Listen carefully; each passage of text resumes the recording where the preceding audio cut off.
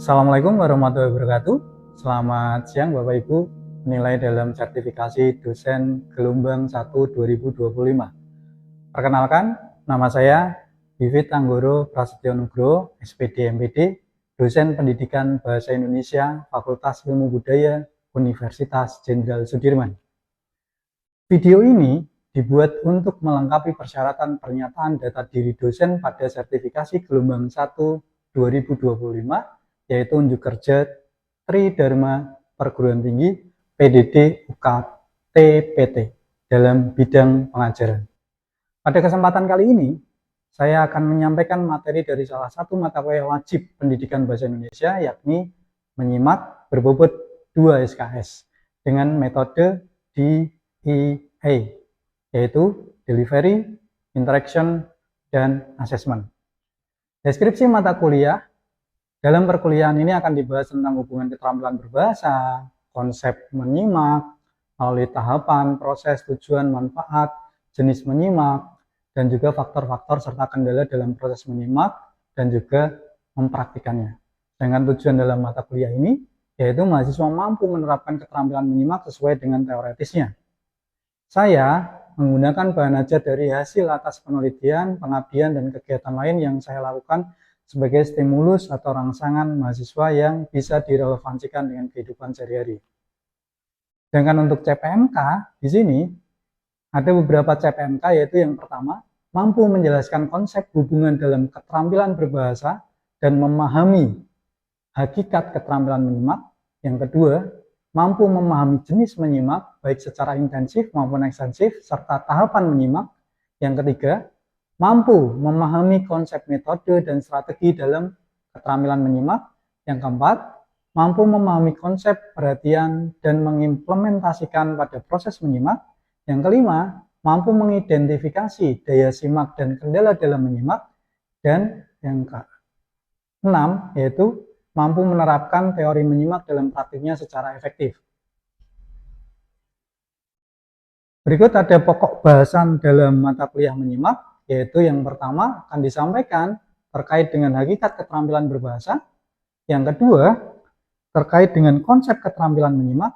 Yang ketiga, adalah tahapan menyimak. Yang keempat, tujuan dan manfaat menyimak. Yang kelima, hakikat perhatian. 6, suasana menyimak. 7, faktor-faktor yang mempengaruhi menyimak. Dan 8, metode dan strategi menyimak. Penilaian yang saya lakukan dalam perkuliahan dilakukan pada 4 ranah, yaitu yang pertama pada sikap, yang kedua pada keterampilan umum, yang ketiga pada pengetahuan, dan yang keempat pada keterampilan khusus. Yang dilakukan dalam melalui sikap, yaitu observasi, penilaian diri, dan penilaian sejawat. Keterampilan umum dan keterampilan khusus melalui unjuk kerja dan juga case-based learning di sana. Untuk pengetahuan ada tes tertulis, baik objektif maupun esai. Berikut praktik pembelajaran saya. Assalamualaikum warahmatullahi wabarakatuh. Waalaikumsalam warahmatullahi wabarakatuh. Selamat siang teman-teman. Siang. Bagaimana kabarnya? Alhamdulillah baik. Alhamdulillah baik. Sebelum kita mulai perkuliahan, alangkah lebih baik jika kita berdoa terlebih dahulu. Saya mohon bantuannya Mas Benu untuk pimpin berdoa. Perhatian, doa mulai.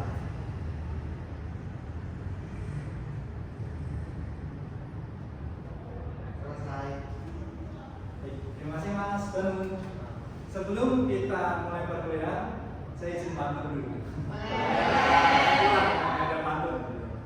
Ke pasar manis beli kelapa. Jangan lupa beli tomat. Sudah seminggu tak berjumpa, pasti rasanya rindu sangat. Rindu siapa? Tidak tahu.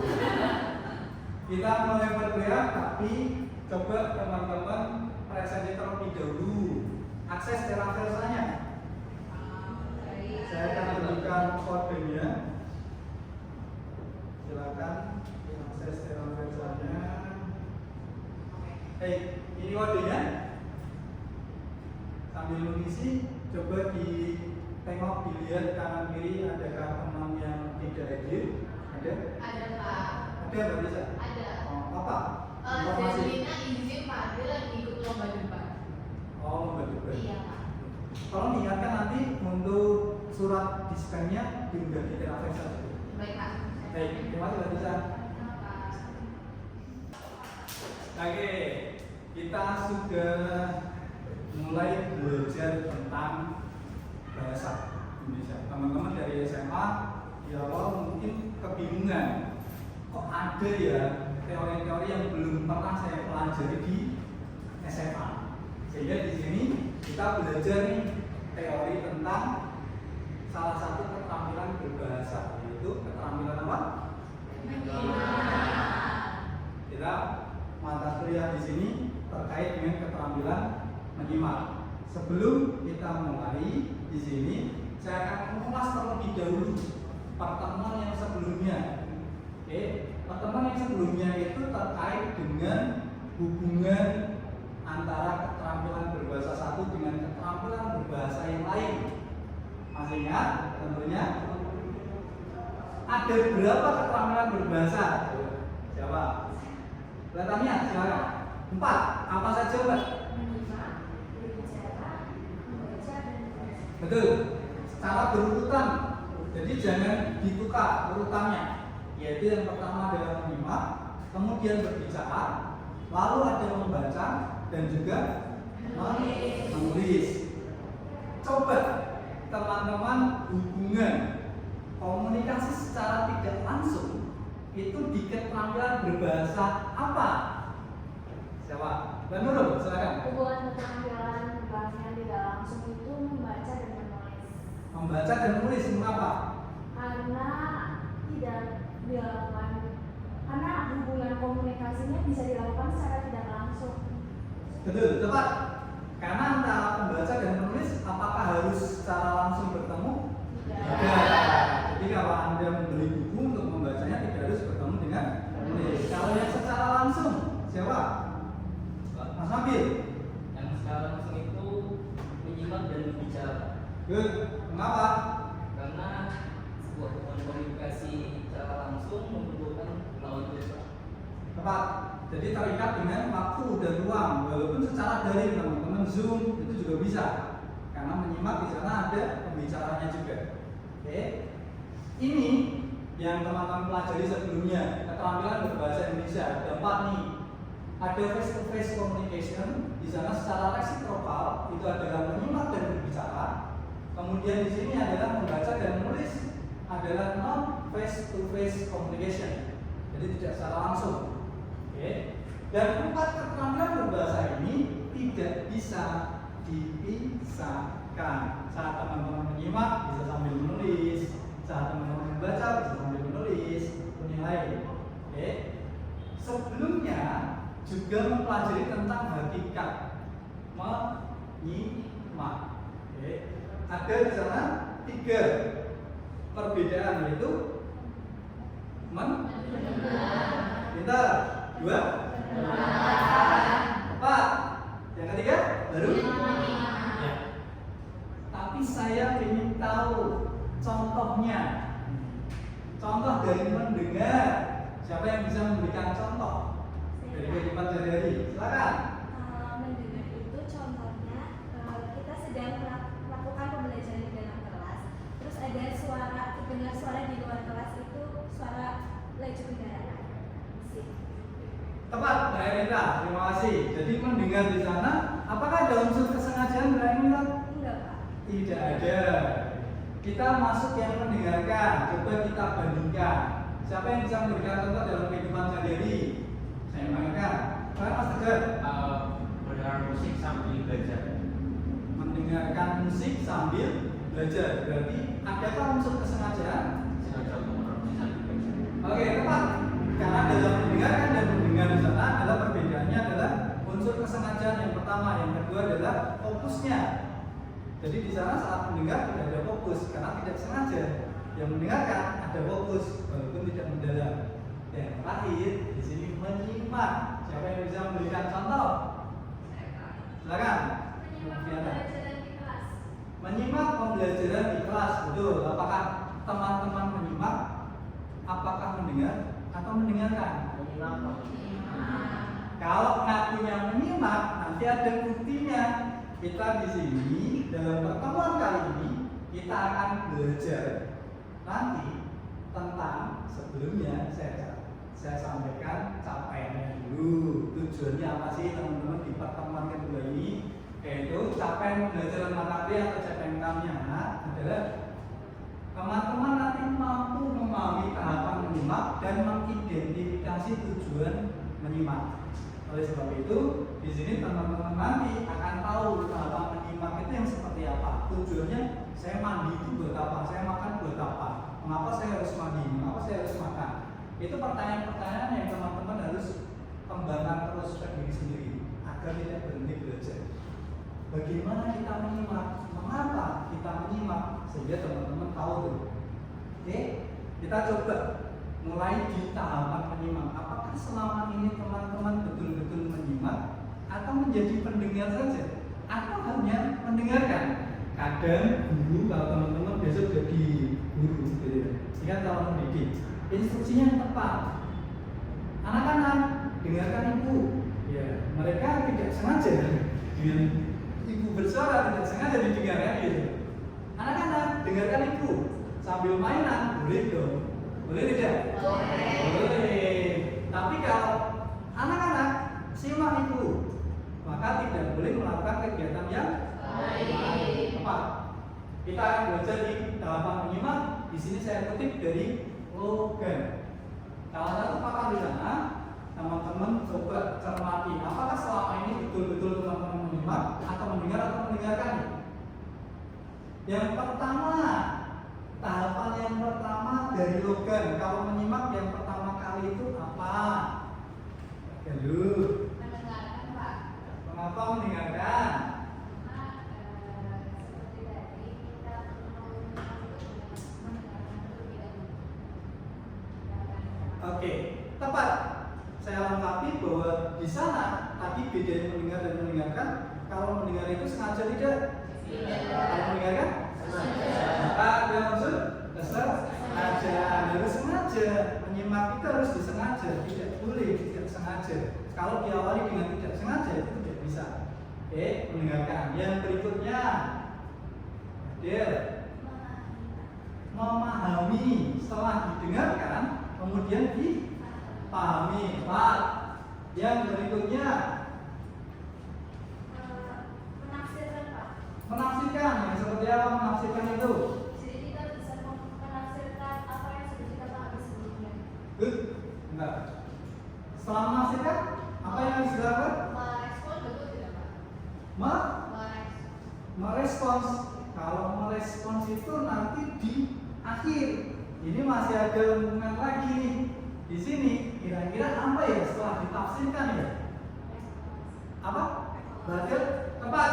Jadi hasil penafsirannya kita harus uji dulu dalam evaluasi. Valid gak nih? Benar gak nih? Evaluasi. Baru nanti dalam tahap terakhir yaitu bisa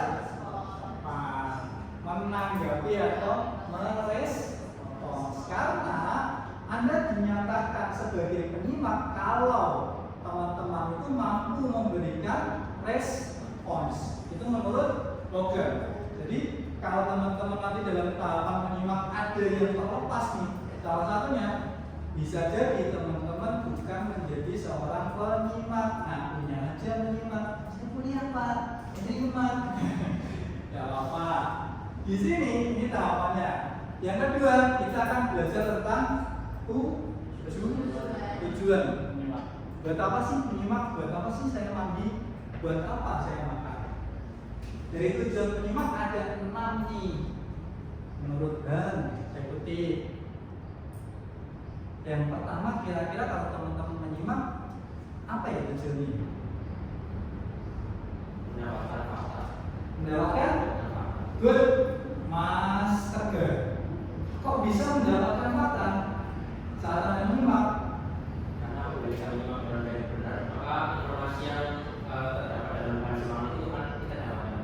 Kalau di era sekarang dan proses digital, informasi yang banyak banget teman-teman dari medsos ini hoax atau real, ini fake atau nyata ya, kan gitu. Jadi teman-teman bisa tuh dengan menyimak, banyak kan? Dengan tahapan menyimak yang tadi Anda lakukan, maka diharapkan saat tujuan ini mendapatkan fakta, bukan hanya sekadar informasi, jangan-jangan informasinya keliru, kan gitu. Jadi mendapatkan fakta yang kedua, apalagi Mas Banu? Iya, ngantuk, nggak apa-apa. Ada yang tahu? Setelah mendapatkan fakta? Ya, Mas Abi. Menganalisis fakta, Pak. Tepat, setelah dapat itu diapakan? Di analisis faktanya. Ini tepat atau enggak ya faktanya ya, kan gitu. Yang berikutnya, ada yang tahu? Setelah dianalisis faktanya? Mana nih?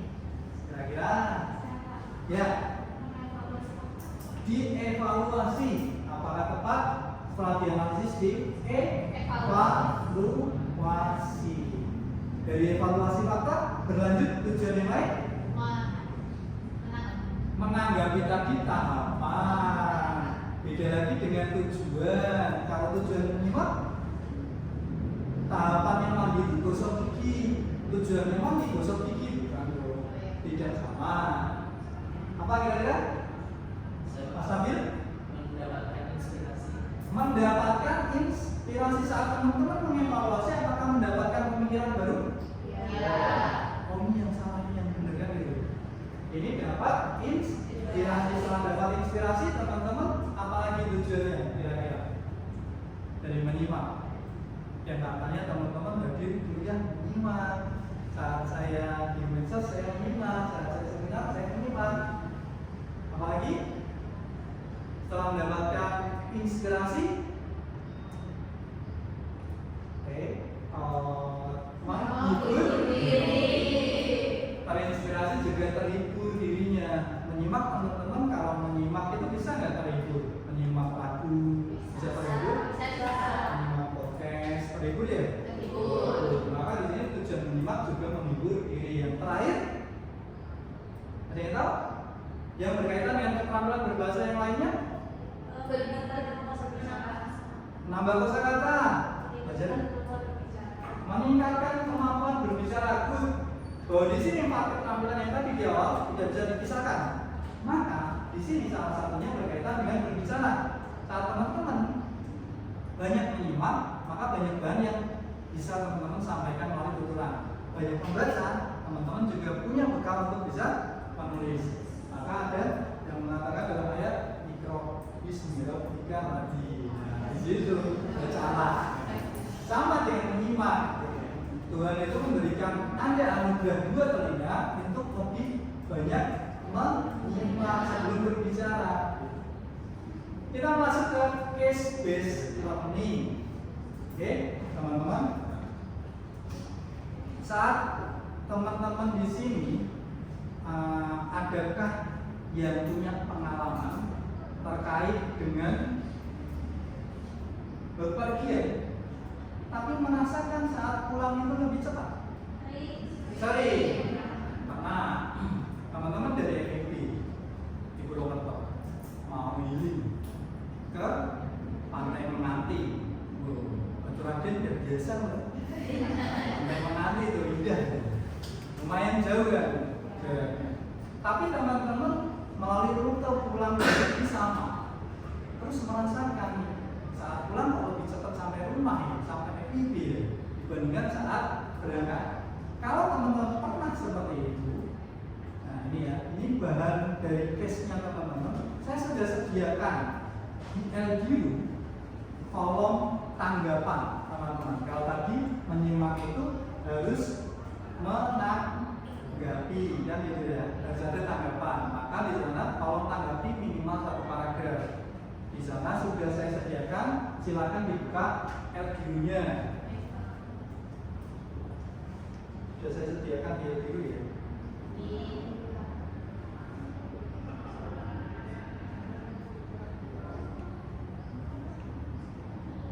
Berikan waktu 1 menit, coba boleh diskusi sama teman sampingnya, teman-teman boleh brainstorming lewat chat GPT, boleh lewat Google, lewat YouTube di sana atau media yang lain.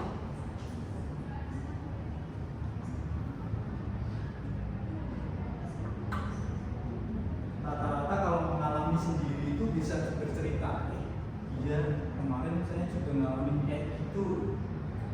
Apakah teman-teman nggak penasaran itu apakah hanya ada dalam angan-angan saya, halusinasi saya, atau memang nyata?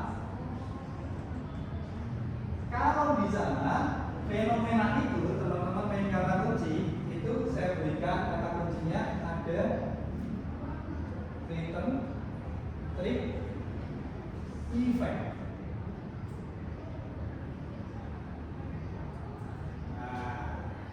Coba cari, kalau teman-teman sudah mencari dengan kata kunci itu, teman-teman akan mendapatkan informasi. Nah, informasi itu fakta atau tidak? Coba mendapatkan fakta, tapi tujuannya tahapannya di sana mendengarkan dulu, boleh informasinya dari YouTube, dari medsos, atau membaca, atau bahkan ChatGPT untuk brainstorming, teman-teman.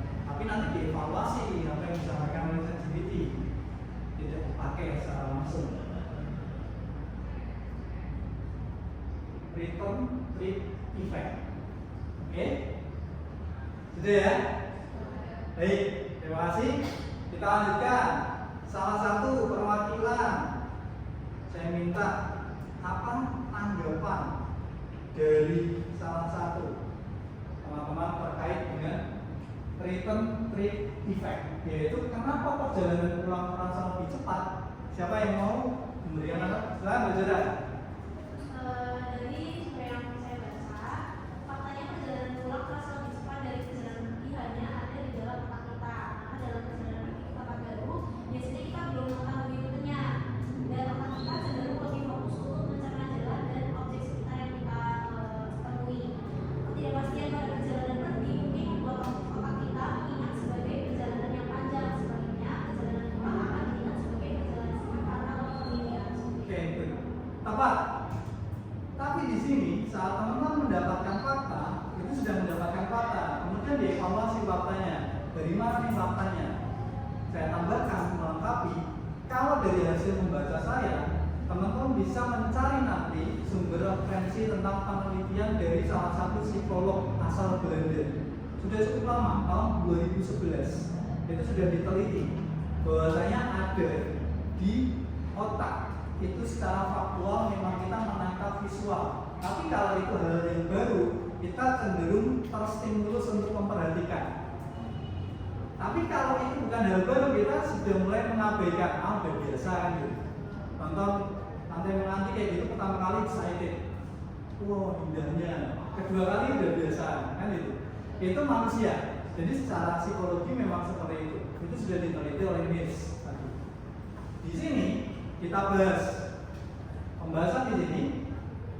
Faktanya memang betul, hanya ada di otak kita. Semua fakta itu ada di otak kita untuk kita berikan secara visual. Yang berikutnya, otak itu lebih fokus, betul kata Mbak Zara, bahwa mencerna objek dan rute di sana saat sepanjang kita pergi. Gitu.